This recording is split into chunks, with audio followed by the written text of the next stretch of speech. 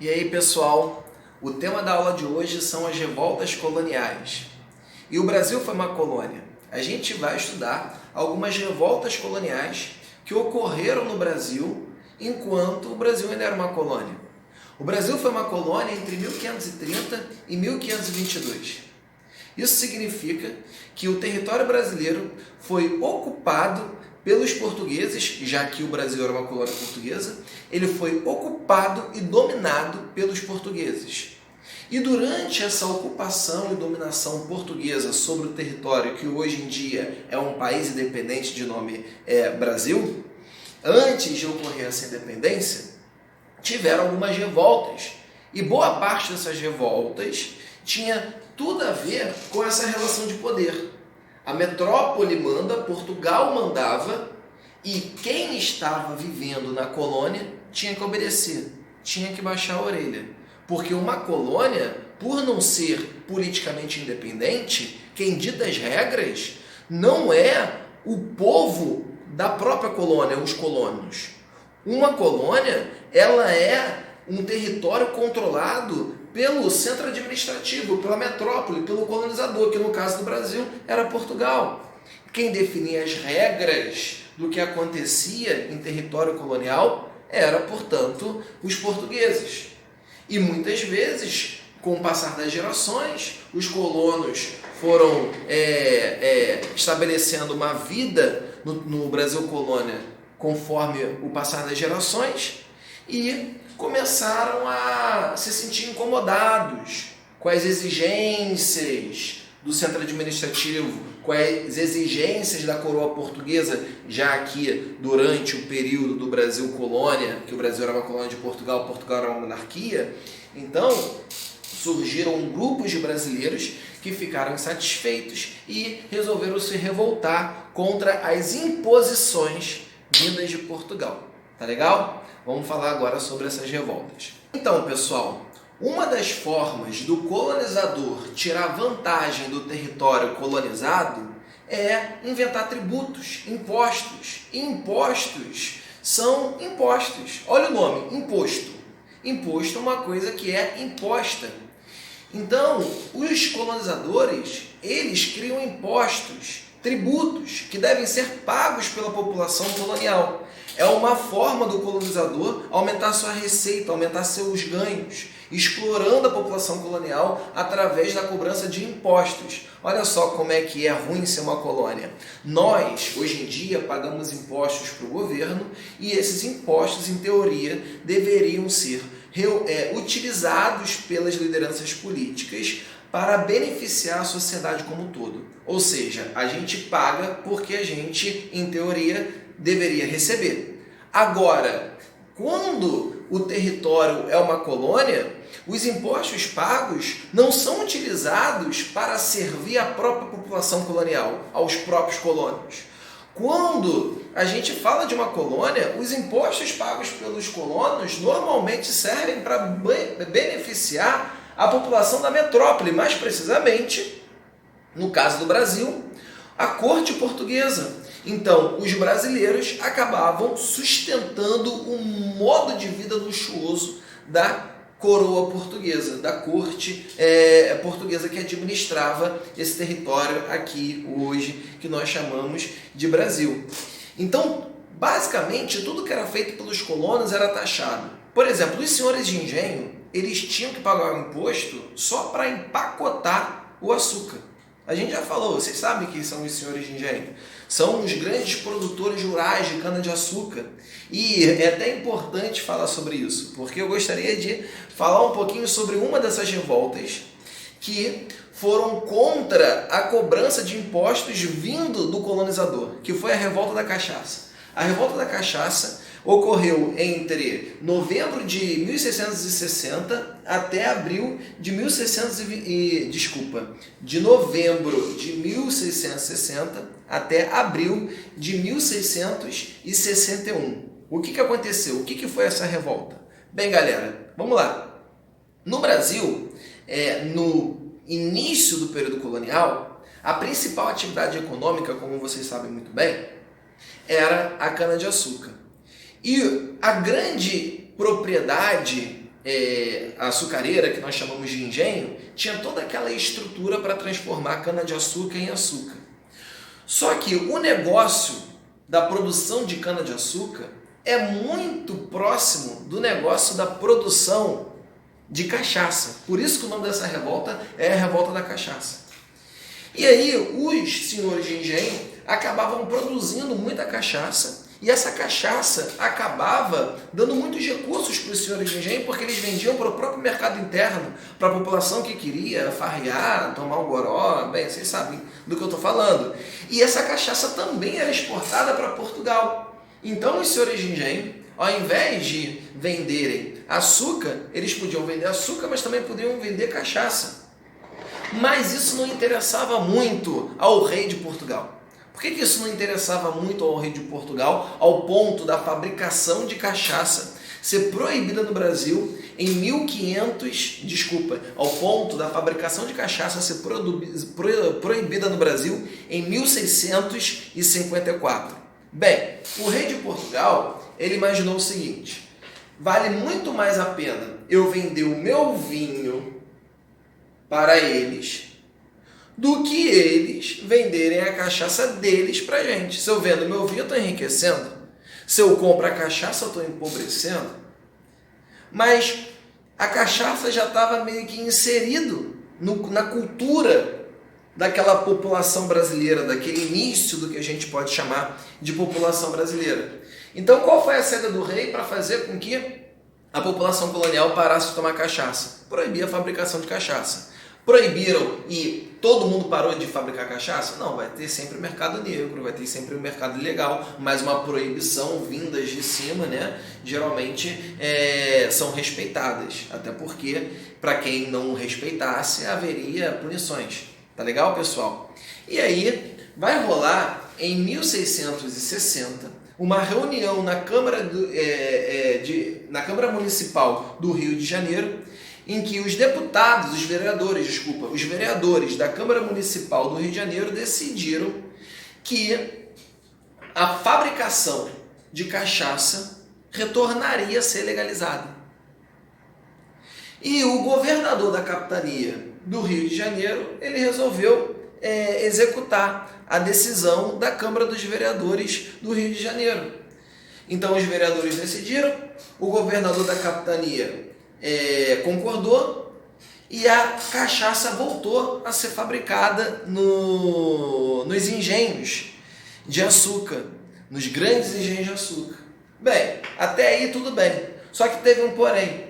O governador, que o nome dele é Salvador Correia de Sá, ele, além de autorizar, deixa eu religar aqui, além do governador autorizar de novo a fabricação da cachaça em 1660, ele resolveu taxar. Bem, se eles querem produzir cachaça, tudo bem que produzam, mas pelo menos eles vão pagar impostos e não vão deixar de compartilhar esse lucro do negócio com a cachaça com o rei de Portugal. Então o governador da capitania, ele acatou a vontade dos vereadores da Câmara Municipal do Rio de Janeiro, que boa parte desses vereadores eram representantes dos grandes fazendeiros. O governador acatou a vontade deles, mas em contrapartida resolveu taxar a cachaça que eles produziam. Bem, os grandes proprietários de terra não ficaram nada animados, aproveitaram o momento, que foi exatamente o momento que durante ocorreu a revolta, aproveitaram o momento em que o governador da capitania estava fora da capitania, estava em São Paulo, e eles simplesmente tomaram o poder, controlaram a capitania de São Paulo, mas isso foi temporariamente, foi só durante 6 meses, e o principal responsável do movimento da Revolta da Cachaça, o nome dele era e o principal responsável pela Revolta da Cachaça, Jerônimo Barbalho, de uma família proprietária de grandes porções de terra, acabou sendo esquartejado, enforcado e depois esquartejado. Porque, como eles promoveram uma revolta sem autorização do rei de Portugal, eles foram entendidos como alguém que estavam dispostos a passar por cima da palavra do rei. E o crime para isso, geralmente, é um crime que serve como exemplo para os demais não pensarem em desrespeitar o rei, que normalmente, na época, era o enforcamento, e depois a pessoa era esquartejada e seus pedaços eram espalhados em lugares onde todo mundo poderia ver. Agora vamos falar de outras revoltas, pessoal.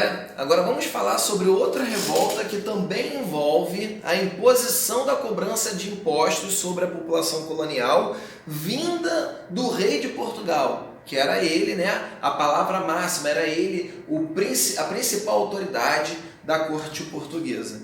A gente vai falar agora sobre a revolta de Beckman. A revolta de Beckman, que começou em 1684, no dia 25 de fevereiro, e foi até o 2 de novembro de 1685. Como é que foi essa revolta, galera? Bem, primeiro eu gostaria de apresentar para vocês os líderes dessa revolta. Foram dois. Foi Manuel e Thomas Beckman. Eles eram proprietários rurais. Eles eram donos de propriedades agrícolas, e a principal mão de obra das propriedades desses dois camaradas era a mão de obra escrava. E eles gostavam particularmente de adotar a mão de obra escrava indígena, nativa da própria região. Por quê? O índio já estava no território colonial. Era só pagar alguém para capturar esse índio e depois escravizar esse índio no território. Não precisava comprar. Era só capturar, aprisionar e escravizar esse índio. Não precisava pagar imposto. Ele conseguia, então, uma mão de obra muito barata, escravizando e muito fácil, escravizando a população nativa do território colonial. Mas houve a proibição da mão de obra da população nativa, dos índios. Foi uma ordem vinda de Portugal.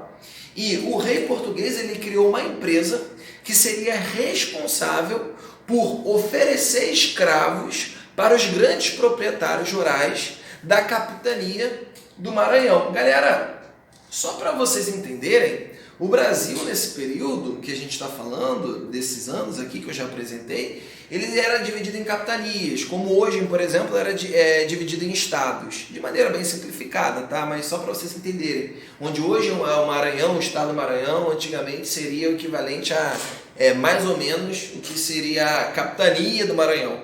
Tá legal, pessoal? Então vamos voltar para cá. Então houve a proibição da escravidão dos povos nativos em 1680. Isso fez com que os grandes proprietários rurais não tivessem mais de onde tirar, como repor a sua mão de obra escrava, afinal de contas eles estavam acostumados a escravizar os nativos que ali já estavam, e o rei de Portugal criou uma empresa, essa empresa que é a Companhia de Comércio do Maranhão, que seria responsável por abastecer esses proprietários rurais com mão de obra escrava, mas não seria nativa da América, seria mão de obra escrava negra africana. Os negros seriam trazidos da África para cá e seriam vendidos por essa empresa, que foi criada com a autorização do rei de Portugal. Mas aí tem um problema. Antes eles pegavam os nativos de graça para escravizar. Agora eles vão ter que pagar pelo escravo e mais, ainda vão ter que pagar um imposto para poder comprar esse escravo. Então, Manuel e Thomas Beckman vão liderar uma revolta, já que estavam insatisfeitos com os prejuízos econômicos que alegavam estar tendo, né, com essas imposições vindas da metrópole.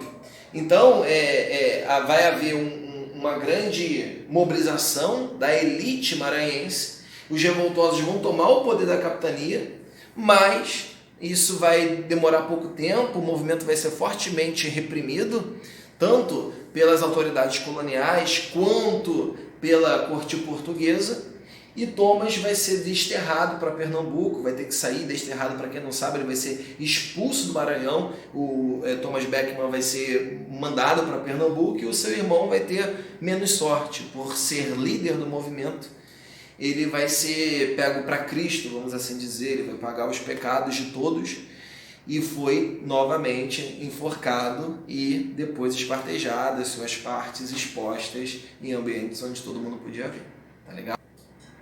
Fala pessoal, a gente vai falar sobre um outro conflito que aconteceu no Brasil enquanto o Brasil era uma colônia, que foi a Guerra dos Mascates. Essa guerra aconteceu e durou alguns anos. Foi de 1709 até 1711 e rolou na capitania de Pernambuco. Deixa eu explicar para vocês. Eu disse já para vocês que quando o Brasil era uma colônia, nós não tínhamos estados. O Brasil não era dividido em estados como é hoje em dia. Quando o Brasil era uma colônia, o Brasil era dividido em capitanias. O nome era diferente. Mas a região onde era a capitania de Pernambuco é mais ou menos igual à região onde hoje em dia é o estado de Pernambuco. Tá legal, pessoal? E a gente pode falar que essa guerra tem motivos político-administrativos, porque tem a ver com a própria estrutura política-administrativa da colônia. Então vamos lá. O Brasil era uma colônia dividida em capitanias. Dentre as várias capitanias, uma delas era a capitania de Pernambuco. E o governador da capitania, ele é a principal autoridade ali naquele território. É ele que pode atender às necessidades das elites locais. Beleza? Dentro de cada capitania, nós temos vilas. O que são vilas? São regiões que possuem poder político, possuem capacidade de exigir coisas para o governador da capitania. Existia uma vila chamada Recife. Recife, na época que o Brasil era uma colônia, Recife era uma vila da capitania de Pernambuco. Entenderam? E quando o território é uma vila, ele ganha autorização para criar uma Câmara Municipal. O que é uma Câmara Municipal? É o órgão onde a elite local vai participar desse órgão como vereador, e é através desse órgão público que eles vão apresentar suas necessidades para o governador da capitania. Acontece que a elite tradicional de Recife era uma elite proprietária de terras. E essa elite acabava utilizando a Câmara dos Vereadores apenas para interesses próprios. E existia uma elite que estava também surgindo na vila de Recife, que estava querendo exigir suas próprias vontades. Só que não eram representados por aqueles que estavam na Câmara, na Câmara Municipal de Recife. Então a gente tinha a Câmara Municipal de Recife, onde os políticos que lá trabalhavam, os vereadores, representavam os proprietários de terra, mas existia também uma elite que era de comerciantes, os mascates, que gostariam de fazer com que suas vontades fossem enviadas para o governador da capitania, só que eles não tinham participação política na Câmara Municipal. Foi quando eles decidiram organizar um movimento para separar Recife de Olinda. Olinda era a região onde habitavam esses comerciantes ricos. E o rei autorizou a elevação de Olinda para a vila. E aí Olinda passa a ser independente de Recife, porque antes Olinda era dependente político-administrativamente de Recife, porque Olinda não era considerada uma vila. Então, em 1709, o rei vai aprovar a elevação de Recife à categoria de vila, e a elite de Recife não vai gostar nada da situação. Por quê? Aí está uma situação cheque.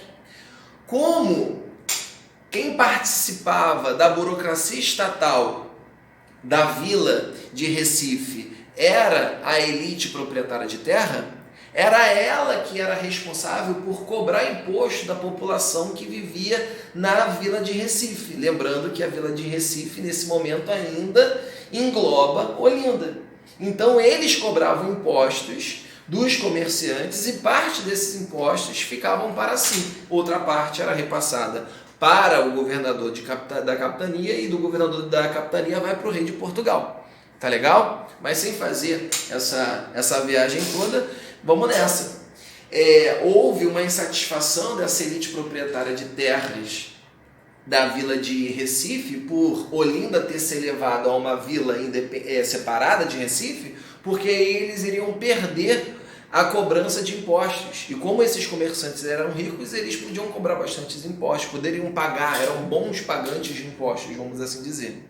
Com a criação de Olinda, foi criada uma Câmara Municipal em Olinda, onde essa elite